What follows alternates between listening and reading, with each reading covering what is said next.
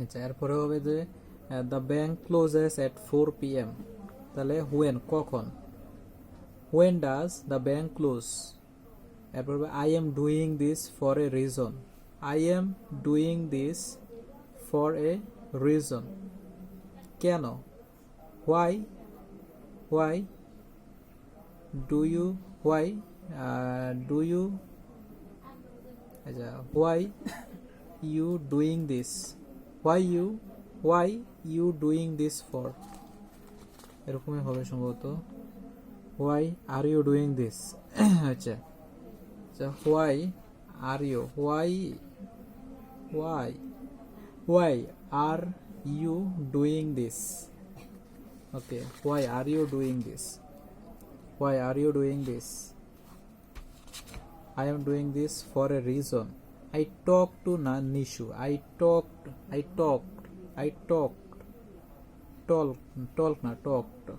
talked to Nishu. I talked to Nishu. I talked. I talked. Okay. Talked. Talked. Talk. Tall. আর ked. Talked. I talked to Nishu. I talked to Nishu. I talked to Nishu. আচ্ছা, এরপরে হবে যে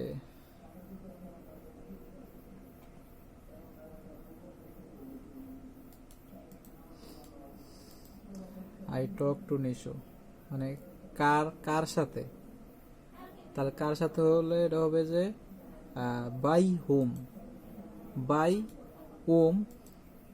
did you talk, by whom baby, আচ্ছা who কার সাথে, who মানে কে, who did you talk to, who did you talk to, who did you talk to, K, I talked to Nishu কার সাথে, তাহলে এটা এইভাবে প্রশ্ন করা যায় by whom, by to অথবা who, I talked to Nishu, I talked to Nishu। আচ্ছা, এটাকে যদি আমরা পিসিতে যদি বাংলা টু ইংলিশ ডিকশনারিতে লিখি, বাংলা টু ইংলিশ, ঠিক আছে, তাহলে এটা হবে যে বাই হোম কার প্রতি, কার সাথে, বাই টু না, বাই হোম কার প্রতি, বাই হোম। এরপরে আরো যে অপশনগুলো আছে যে বাই হোম কার প্রতি, কার জন্য, ফর হোম কার জন্য, কার সাথে, by whom WHOM whom, by whom আছে একটা নো,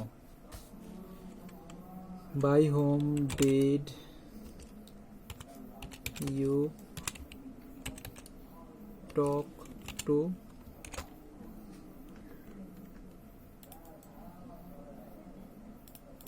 আচ্ছা আমি লিখি যে by whom did you talk to, আপনি কার সাথে কথা বলেছেন, talk to Nishu, I talk to Nishu, এটা বাই হোম দিয়েও করা যাবে, by whom did you talk to. আচ্ছা, এরপরে হচ্ছে আমরা এটা শেষ, অথবা who did you talk to, কে, হু দিয়েও প্রশ্ন করা যায়, who did you talk to. এটা যদি আমি হু দিয়ে প্রশ্ন করি তাহলে হবে যে হু ডিড